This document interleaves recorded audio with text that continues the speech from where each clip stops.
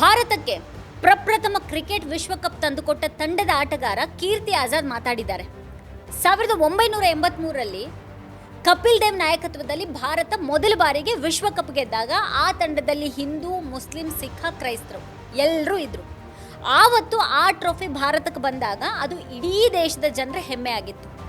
ಆದರೆ ಇವತ್ತು ಆ ಟ್ರೋಫಿಯನ್ನು ಕೇವಲ ಒಂದು ನಿರ್ದಿಷ್ಟ ಧಾರ್ಮಿಕ ಚೌಕಟ್ಟಿನಲ್ಲಿ ಮೆರವಣಿಗೆ ಮಾಡ್ತಾ ಇರೋದು ಯಾಕೆ ಅನ್ನೋದು ಕೀರ್ತಿ ಆಜಾದ್ ಅವರ ನೇರ ಪ್ರಶ್ನೆ ಆಗಿದೆ. ಈ ಟ್ರೋಫಿ ಭಾರತವನ್ನು ಪ್ರತಿನಿಧಿಸುತ್ತೆ ಹೊರತು ಕೇವಲ ಸೂರ್ಯಕುಮಾರ್ ಯಾದವ್ ಅಥವಾ ಜೈಶ್ ಅವರ ಕುಟುಂಬವನ್ನ ಅಲ್ಲ ಅಂತ ಕೀರ್ತಿ ಹೇಳಿದ್ದಾರೆ. ಮೊಹಮ್ಮದ್ ಸಿರಾಜ್ ಈ ಒಂದು ಟ್ರೋಫಿಯನ್ನು ಮಸೀದಿಗೆ ತೆಗೆದುಕೊಂಡು ಹೋಗಿ ಮೆರವಣಿಗೆ ಮಾಡಲಿಲ್ಲ. ಸಂಜು ಸ್ಯಾಮ್ಸನ್ ಚರ್ಚಿಗೆ ತೆಗೆದುಕೊಂಡು ಹೋಗಲಿಲ್ಲ.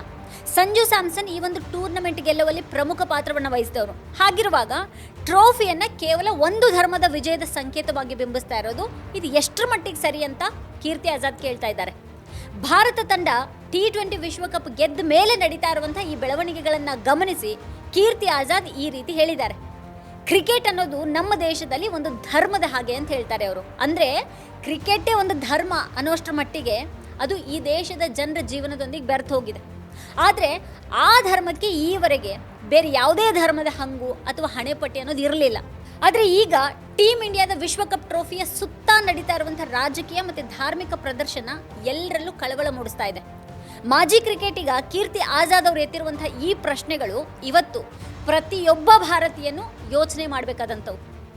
ಟ್ರೋಫಿ ಅನ್ನೋದು ಇಡೀ ದೇಶದ್ದು ಅಥವಾ ಒಂದು ಧರ್ಮದ್ದು? ಅದು 1983ರಲ್ಲಿ ಕಪಿಲ್ ದೇವ್ ನಾಯಕತ್ವದಲ್ಲಿ ಭಾರತ ಮೊದಲ ಬಾರಿಗೆ ವಿಶ್ವಕಪ್ ಗೆದ್ದಾಗ ಆ ತಂಡದಲ್ಲಿ ಹಿಂದೂ, ಮುಸ್ಲಿಂ, ಸಿಖ್, ಕ್ರೈಸ್ತರು ಎಲ್ಲರೂ ಇದ್ದರು. ಆವತ್ತು ಆ ಟ್ರೋಫಿ ಭಾರತಕ್ಕೆ ಬಂದಾಗ ಅದು ಇಡೀ ದೇಶದ ಜನರ ಹೆಮ್ಮೆ ಆಗಿತ್ತು. ಆದರೆ ಇವತ್ತು ಆ ಟ್ರೋಫಿಯನ್ನು ಕೇವಲ ಒಂದು ನಿರ್ದಿಷ್ಟ ಧಾರ್ಮಿಕ ಚೌಕಟ್ಟಿನಲ್ಲಿ, ಒಂದು ನಿರ್ದಿಷ್ಟ ಧಾರ್ಮಿಕ ಕ್ಷೇತ್ರಗಳಲ್ಲಿ ಮೆರವಣಿಗೆ ಮಾಡ್ತಾ ಇರೋದು ಯಾಕೆ ಅನ್ನೋದು ಕೀರ್ತಿ ಆಜಾದ್ ಅವ್ರ ನೇರ ಪ್ರಶ್ನೆ ಆಗಿದೆ. ಗೆದ್ದಾಗ ಎಲ್ಲರೂ ಭಾರತೀಯರು ಅಂತ ಸಂಭ್ರಮಿಸುವಂಥ ನಮಗೆ ಆ ಸಂಭ್ರಮವನ್ನು ಹಂಚಿಕೊಳ್ಳುವಾಗ ಮಾತ್ರನೇ ಒಂದೇ ಧರ್ಮದ ಸೀಮಿತ ಚೌಕಟ್ಟು ಯಾಕೆ ಬೇಕು? ಕ್ರೀಡೆಯನ್ನು ಕ್ರೀಡೆಯಾಗಿ ಉಳಿಸೋದು ಬಿಟ್ಟುಬಿಟ್ಟು ಅದಕ್ಕೆ ಧರ್ಮದ ಬಣ್ಣ ಬಳಿಯೋದು ಮುಂದಿನ ದಿನಗಳಲ್ಲಿ ಟೀಮ್ ಇಂಡಿಯಾದ ಒಗ್ಗಟ್ಟಿಗೇನೆ ಪೆಟ್ಟು ಕೊಡಬಹುದು.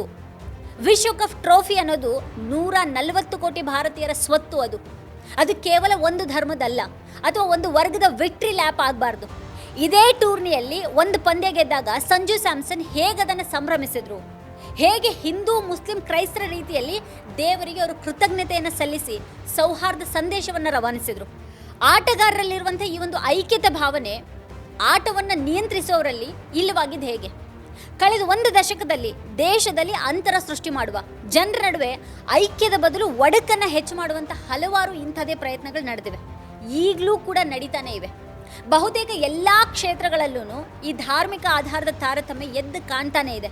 ಆದರೆ ಈ ದೇಶದ ಬಹಳ ದೊಡ್ಡ ಸಂಖ್ಯೆಯ ಜನರು ಫಾಲೋ ಮಾಡುವಂಥ ಈ ಕ್ರಿಕೆಟ್ಗೂ ಅದನ್ನು ತಂದು ತಲುಪಿಸಲಾಗಿದೆ. ಕೀರ್ತಿ ಆಜಾದ್ ಅವರ ಈ ಆಕ್ರೋಶದ ಬಗ್ಗೆ ನಿಮ್ಮ ಅಭಿಪ್ರಾಯ ಏನು?